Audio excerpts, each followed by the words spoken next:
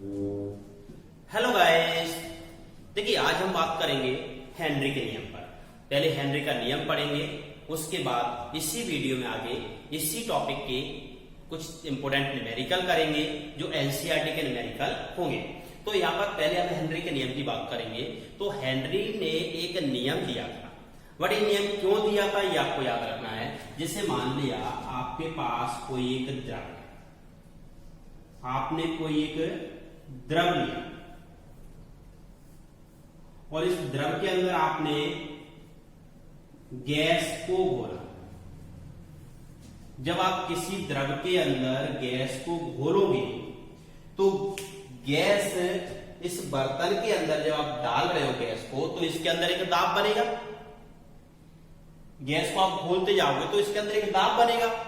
तो यहां पर जो आप गैस घोल रहे हो उसकी विलेयता, मान लिया आपने n ग्राम गैस को इसमें घोल दिया, आप इसके अंदर जो गैस घोल रहे हो उसकी विलेयता, गैस की विलेयता पर दाब का प्रभाव दर्शाने के, याद रखना जो बता रहा हूं मैं आपको। हेनरी ने क्या किया था, गैस की विलेयता, जो गैस घोल रहे हो उसकी विलेयता पर दाब का प्रभाव दर्शाने के लिए हेनरी ने एक नियम दिया था जिसे हेनरी का नियम कहते हैं। याद करो हेनरी का नियम क्यों दिया गया था। किसी द्रव में, द्रव यहां पर एक विलायक है ये जिसमें आप गैस को घोल रहे हो, द्रव क्या है, ये विलायक है। तो किसी द्रव में या विलायक में गैस की विलेयता, यहां पर गैस को घोलोगे तो उसकी विलेयता होगी कुछ न कुछ, गैस की विलेयता पर दाब का प्रभाव दर्शाने के लिए हेनरी ने एक नियम दिया था।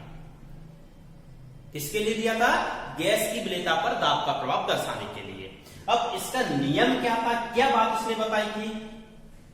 विलेयता पर दाब का प्रभाव दर्शाने के लिए तो नियम दिया था, बट इसमें बताया क्या था, तो उसमें आपको याद रखना है। देखिए जो आपने यहाँ पर एक बर्तन लिया हुआ है जिसमें द्रव को लिया था, विलायक को लिया था, उसको आपको स्थिर ताप पर लेना है। इसमें क्या करोगे, ताप को आप स्थिर करोगे, स्थिर ताप करोगे। विलायक का आप यहाँ पर जो आयतन लोगे वो निश्चित कर दोगे, फिक्स कर दोगे, इसको आपको घटाना बढ़ाना नहीं है। विलायक को भी आपने निश्चित कर दिया, ताप को स्थिर कर दिया है। अब इसके अंदर आपने गैस को घोला। जब आप गैस को घोलोगे तो यहां पर गैस घुलती जाएगी, बट इसके अंदर दाब का प्रभाव थोड़ा कुछ न कुछ दिखाई देगा। तो गैस की मात्रा जो होगी वो गैस के दाब के समानुपाती होती है। याद रखो पूरा इसकी जो नियम है वो क्या है, स्थिर ताप पर किसी विलायक के निश्चित आयतन में, यहां पर जो हमने निश्चित किया वो क्या कर दिया है, आयतन। स्थिर ताप पर किसी विलायक के निश्चित आयतन में विलेय गैस की मात्रा गैस के दाब के समानुपाती होती है। याद रखो इस पॉइंट को, स्थिर ताप पर किसी विलायक के निश्चित आयतन में विलेय गैस की मात्रा गैस के दाब के समानुपाती होती है। तो मैं यहां पे ये नियम लिख देता हूं। इस नियम के अनुसार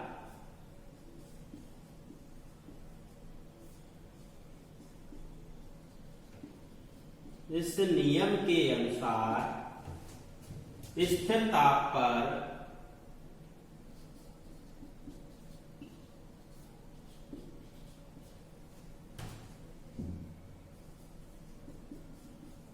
किसी विलायक के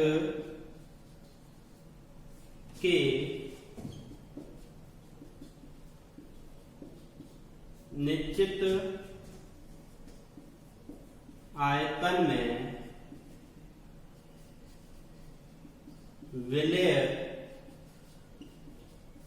विलेय गैस की मात्रा गैस के दाब के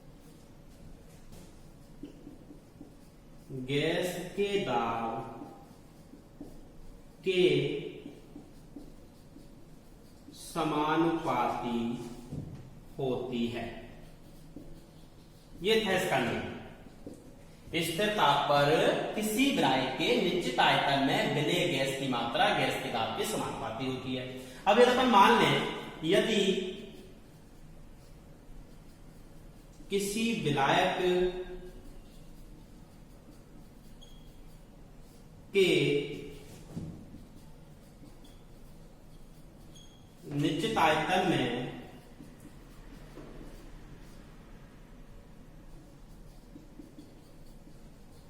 विलेय गैस की मात्रा m तथा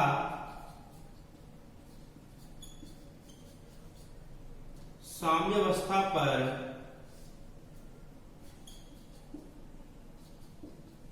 गैस का दाब T हो तो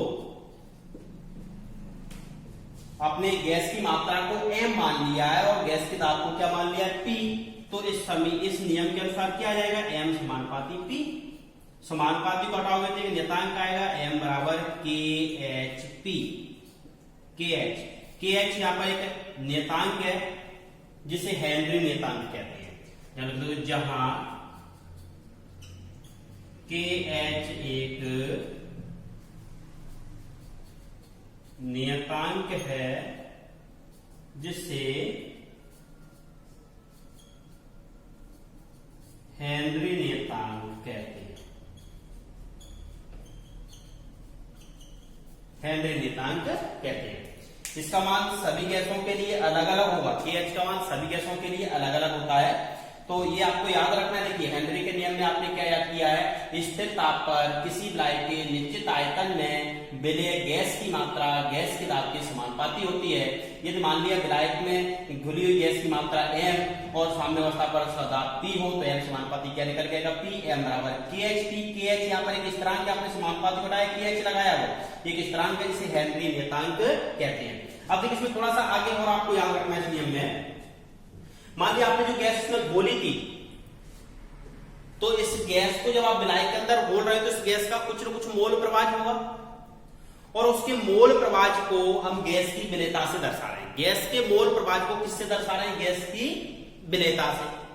तो जब गैस के मोल प्रवाह को गैस की विलेयता से दर्शाते हैं तब आपको याद रखना है इस नियम को अपन किस तरह से कह सकते हैं, हेनरी के नियम को, कि यहां पर जो गैस का मोल प्रवाह होता है किसी विलयन में, ये विलयन बन गया, विलायक और विलेय आपने दोनों बोल दिया, ये विलायक का गैस विलेय हो गई यहाँ पर। तो किसी विलयन में गैस का मोल प्रवाह गैस के आंशिक दाब के समानुपाती होता है। यहाँ पर जो गैस का दाब है उसके लिए अपन आंशिक वर्ड यूज करेंगे।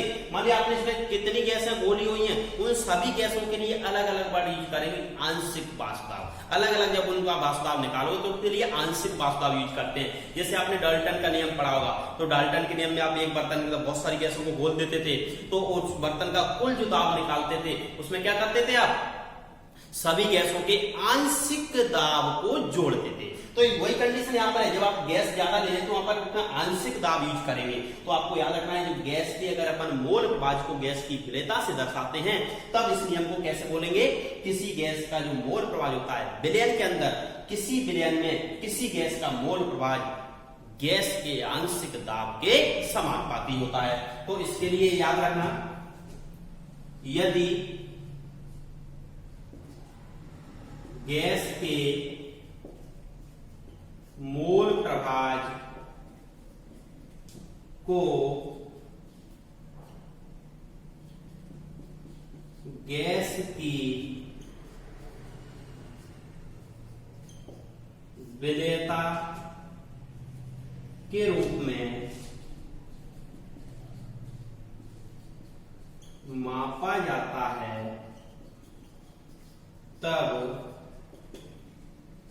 तब ये नियम किस तरह से लिखेंगे, तो आपको याद रखना है तब इस नियम के अनुसार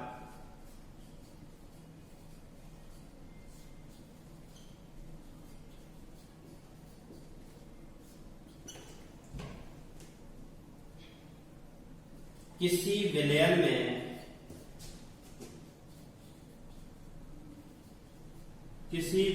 में गैस का मोल प्रवाह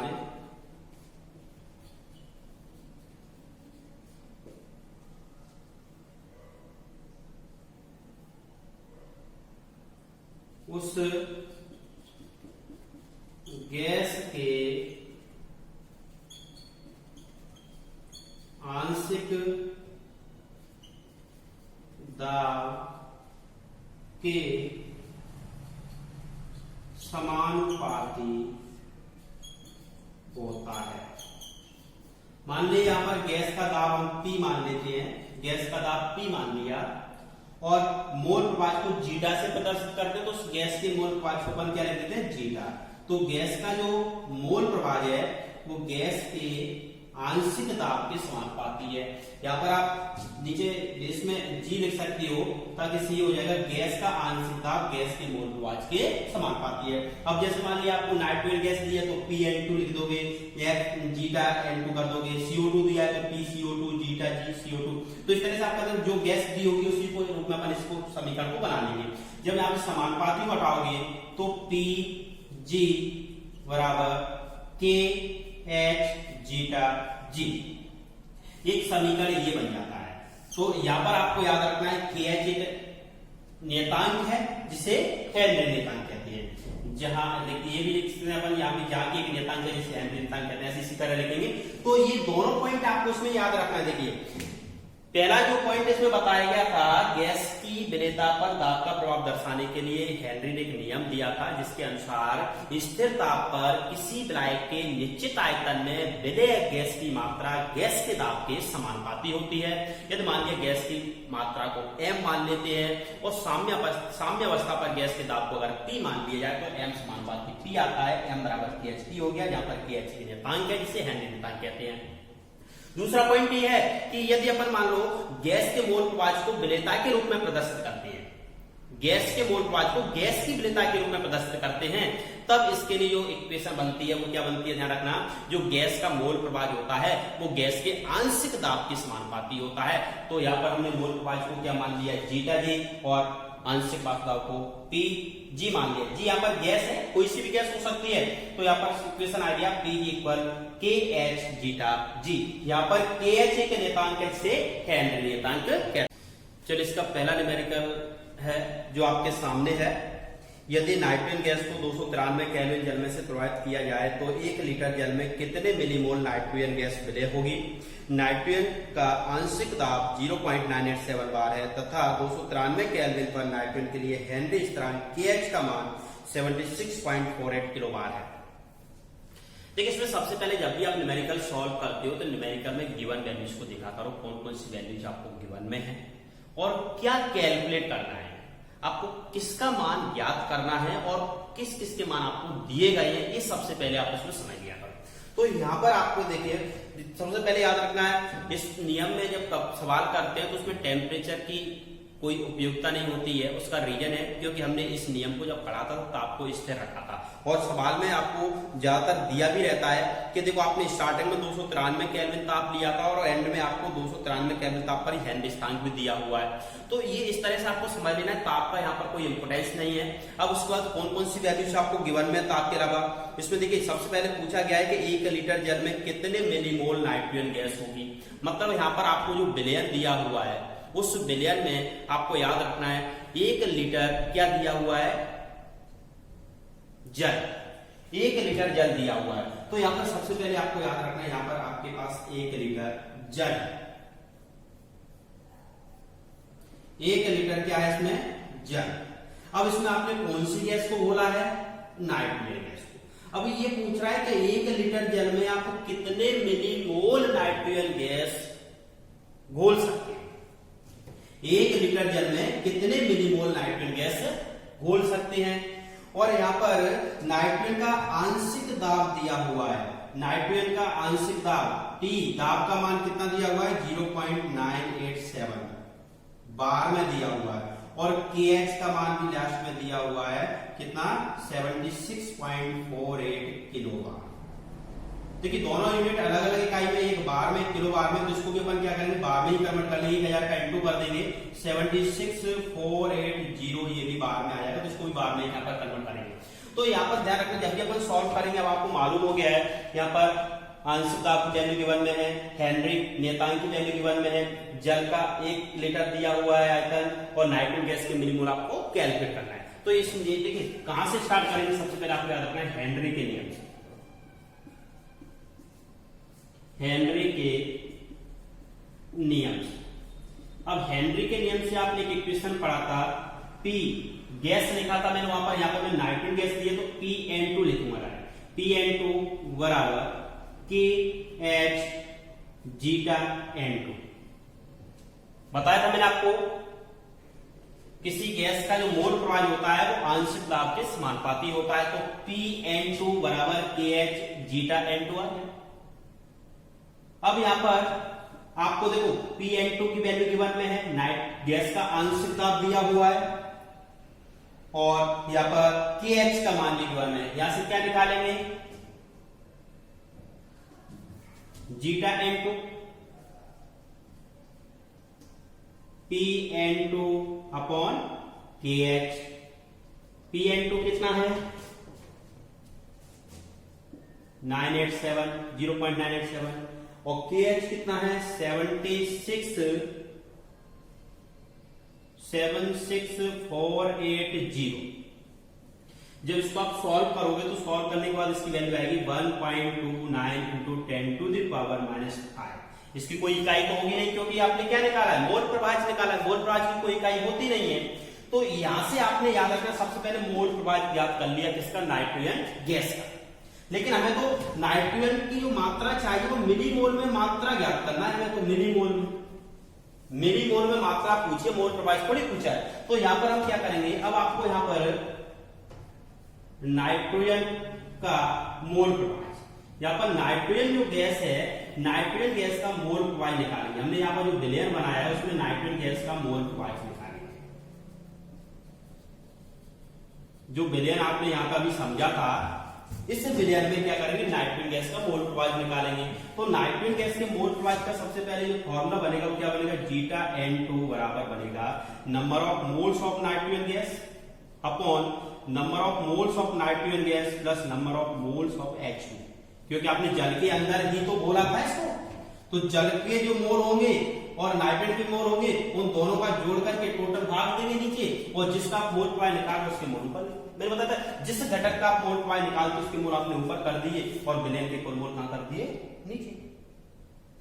अब इस इक्वेशन के बाद तो आपको एक पॉइंट और याद रखना, जब भी आप द्रव के अंदर गैस को घोलते हो तो उसमें गैस की विलेयता बहुत कम होती है। द्रव के अंदर गैस घुलती नहीं है, बहुत कम घुलती है। तो जब द्रव के अंदर गैस की विलेयता बहुत कम होती है तो मतलब इसमें गैस बहुत कम मात्रा में घुलेगी। नाइट्रोजन गैस की जो मात्रा होगी यहाँ पर बहुत कम होगी, नाइट्रोजन गैस के मोल बहुत कम होगी। तो नाइट्रोजन गैस के मोल को कम करने के लिए यहाँ पर हम क्या करेंगे, इसको नाइट्रोजन गैस को नीचे से निगलेक्ट कर देंगे। नाइट्रोजन गैस के मोल्स को नीचे क्या करेंगे, निगलेक्ट कर देंगे। तो यहाँ पर mole fraction of nitrogen gas जो आएगा वो कितना जाएगा, number of moles of nitrogen upon number of moles of H2O, और साइड में इधर लिख देना कि नंबर ऑफ मोल्स ऑफ जो नाइट्रोजन है वो वेरी लेस देन, बहुत कम है किससे, number of moles of H2O से। बहुत कम होने की वजह से, मतलब जल में मोलों की संख्या, नाइट्रोजन की जो मोलों की संख्या जल में बहुत कम होगी, तो क्या करेंगे, यहाँ से H2 को नीचे से निगलेक्ट करके हटा देंगे। यहां तक हो गया क्लियर। अब यहां पर ये बताओ मुझे, 1 लीटर जल की अगर मोलों की संख्या आप निकालो इसके अंदर तो कितनी आएगी। आपने नाइट्रोजन गैस को 1 लीटर जल में बोला था, नाइट्रोजन के मोल प्रवाह को भी अपन ज्ञात करेंगे, बट 1 लीटर जल है तो 1 लीटर जल में जल का घनत्व तो 1 होता है, उससे भार में बदलोगे तो 1000 ग्राम इसका भार आएगा, और जल का अनुभार कितना होता है 18। तो यहां से आप जल के मोलों की संख्या निकालोगे तो 55.56 आएगा नहीं आएगा। तो ये जल के मोलों की संख्या आ जाएगी। तो यहां पर अपन क्या करते हैं, zeta N2 equal, zeta N2 की वैल्यू रख दो यहाँ पर।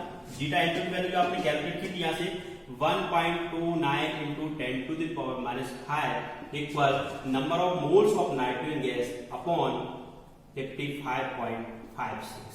साइड में इधर लिख सकते हो कि यहाँ पर number of moles of H2O कितना है 55.56, क्योंकि आपको 1000 लीटर यहाँ पर 1000 ml जल दिया हुआ है, इसको आप डेंसिटी से बार में बदलोगे तो यहाँ पर 1000 ग्राम आएगा, और 1000 ग्राम बटे 18 मतलब 55.56 ये आएगा।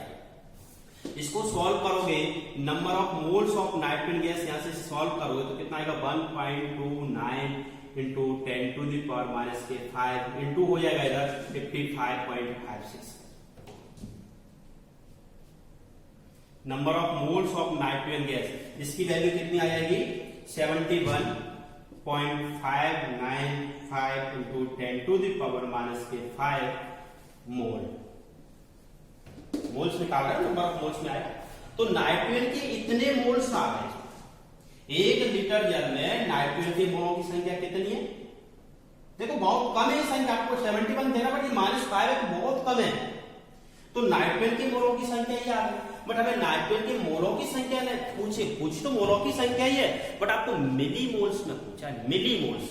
तो आपको याद रखना है 1 मोल इक्वल होता है 1000 मिलीमोल, 1000 मिलीमोल होता है। तो अपन एक काम करते हैं, मोल की जगह 1000 कर देते, 1000 मिलीमोल कर देते हैं। तो यहां पर हो जाएगा number of moles of nitrogen, nitrogen के मोलों की संख्या बराबर क्या हो जाएगी 71.595 इंटू 10 टू द पावर -5 और into 10 to the power 3 millimoles. ये मिलीमोल में आएगा। जब आप इसको सॉल्व करोगे तो नाइट्रोजन की जो मोलों की संख्या आ जाएगी मिलीमोल्स में, ये कितना बचेगा यहाँ पर 10 टू द पावर -2 और -2 का इसमें इंटू करोगे तो एक 2 पॉइंट आगे पहुंच जाएगा, क्या आएगा 0.715 मिलीमोल। ये आंसर है। तो आपको देखो इसमें याद रखना है हेनरी के नियम से हमने क्या किया था, पहले इस हेनरी के नियम से फॉर्मूले को लगाया, यहाँ से आपको गैस का आंशिक दाब दिया हुआ था, हेनरी नियतांक का मान दिया था, आपने मोल प्रभाज ज्ञात कर लिया नाइट्रोजन गैस का, उसके बाद आपने नाइट्रोजन गैस के मोल प्रभाज का फॉर्मूला लगाया और यहाँ पर नाइट्रोजन गैस की जो मोलों की संख्या है उसको यहाँ पर निग्लेक्ट कर दिया है, क्योंकि आपको याद रखना है विलायक के अंदर गैस की जो घुलनशीलता की मात्रा होती है बहुत कम होती है। यहाँ पर देख लो कितनी मात्रा में आई है नाइट्रोजन गैस की मोलों की संख्या कितनी आई है, यहाँ पर बहुत कम आई है। तो यहाँ पर क्या कि हमने हर में से नगण्य, केवल हर में से हटाएंगे, हर में से नाइट्रोजन गैस के मोलों को नगण्य करके हटा देंगे तो फॉर्मूला ये बचेगा। और इसमें आपको याद रखना जल के मोलों की संख्या यहाँ पर देखोगे तो कितनी आ रही है 55.56 आ रही है। तो जल के मोलों की संख्या को यहाँ पर हमने रख दिया है, मोल प्रभाज आपने जो निकाला था वो रख दिया, नंबर ऑफ मोल्स निकाल लिए और नंबर ऑफ मोल्स आपने मोल के रूप में निकाले थे, लेकिन आपको मिलीमोल्स में चाहिए और मिलीमोल्स में निकालने के लिए क्या करेंगे 1 मोल बराबर 1000 मिलीमोल होता है, उसमें आपने 1000 मिलीमोल कर दिया है। तो यहाँ पर इसको सॉल्व करने का आंसर आएगा 0.715 मिलीमोल। क्लियर? चलिए इसका सेकंड न्यूमेरिकल है 298 केल्विन पर CO2 गैस की जल में विलेयता के लिए हेनरी स्थिरांक का मान है 1.67 into 10 to the power 8 pascal. 500 ml 16 जल 2.5 atm दाब पर बंद किया गया, 298 केल्विन ताप पर घुली हुई CO2 की मात्रा की गणना कीजिए। देखिए यहाँ पर पहले जिस तरह से आपको क्वेश्चन समझना होता है क्वेश्चन को समझिए। यहाँ पर पहले आपको जो क्वेश्चन दिया था उसमें आपको टोटल 1 लीटर जल दिया हुआ था और यहाँ पर जो आयतन दिया हुआ वो कितना है 500 ml। इसमें कौन सी गैस खोली है आपने CO2 गैस। हेनरी स्थिरांक का मान कितना है 1.67 into 10 to the power 8 pascal. आंशिक दाब कितना है गैस का TCO2 गैस, CO2 गैस का आंशिक दाब है 2.5 atm। देखिए वहां पर पहले आपको इससे पहले जो न्यूमेरिकल था उसमें हेनरी स्थिरांक और दोनों बार में दिए थे, 1 किलो बार में था तो हमने उसको किलो बार में 1000 का मल्टीप्लाई करके बार में बदल दिया था, लेकिन यहाँ पर क्या है एक पास्कल में है और एक एटीएम में है। तो आपको यहाँ पर एक पॉइंट याद रखना है 1 atm इक्वल होता है 101,325 पास्कल। तो यहां से 1 atm बराबर इतना पास्कल होता है, तो हम क्या करेंगे इसको जो आंशिक दाब दिया हुआ है इसे किसमें बदल देंगे पास्कल में। तो यहाँ पर PCO2 का जो मान है वो टोटल कितना आ जाएगा 2.5 इंटू 101,325 पास्कल। ये पास्कल में आ गया। इस वैल्यू को पुट करेंगे, अब ये भी पास्कल में है और ये भी पास्कल में है। यहां से फिर हम स्टार्ट कर देंगे कहां हेनरी के नियम से। हेनरी के नियम से, और हेनरी के नियम में आपको क्या बताया गया था गैस का जो आंशिक दाब होता है वो समानुपाती होता है किसके गैस के मोल प्रभाज के। समानुपाती को हटाते थे कि नियतांक आ जाता है KH। यहां से आप XCO2 की वैल्यू निकालेंगे, जीटा CO2 की वैल्यू निकालोगे तो आपको PCO2 यहाँ पर गिवन में है, CO2 गैस का आंशिक दाब गिवन में है कितना है 2.5 इंटू 101,325 अपॉन मोल नियतांक कितना है 1.67 into 10 to the power 8 pascal. इस डिजिट को सभी को सॉल्व करोगे तो सॉल्व करने के बाद इसका जो आंसर आएगा 1.516 इंटू 10 टू द पावर -3। इसकी कोई इकाई तो होगी नहीं क्योंकि मोल प्रवाह है, मोल प्रवाह की कोई इकाई नहीं होती है। ये आपने जीटा CO2 की वैल्यू मोल प्रवाह ऑफ CO2 गैस ज्ञात कर ली। अब फिर वही वाला फॉर्मूला लिखेंगे CO2 का मोल प्रवाह, CO2 का मोल प्रवाह, CO2 गैस का आप मोल प्रवाह यहां पर लिखोगे तो CO2 गैस का जो मोल प्रवाह आएगा जीटा CO2 बराबर क्या आएगा number of moles of CO2 upon number of moles of CO2, CO2 के मोलों की संख्या, CO2 के मोलों की संख्या प्लस जल के मोलों की संख्या। वही कंडीशन याद रखना है, विलायक में गैस के मोलों की संख्या बहुत कम होती है तो हाथ से क्या करेंगे, इसको निगलेक्ट करके हटा दोगे तो यहां पर आएगा जीटा CO2 बराबर NCO2 NH2। यहां पर साइड में लिख भी दोगे आप क्या, number of moles of CO2 is very negligible, number of moles of H2।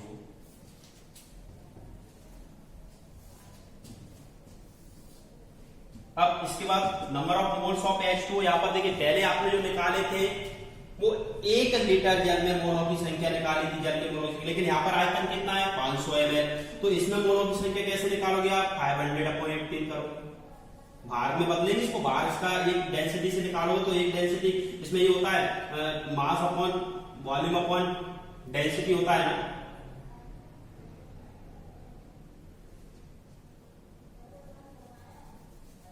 Density का फॉर्मूला होता है मास अपॉन वॉल्यूम, डेंसिटी का फॉर्मूला होता है मास अपॉन वॉल्यूम।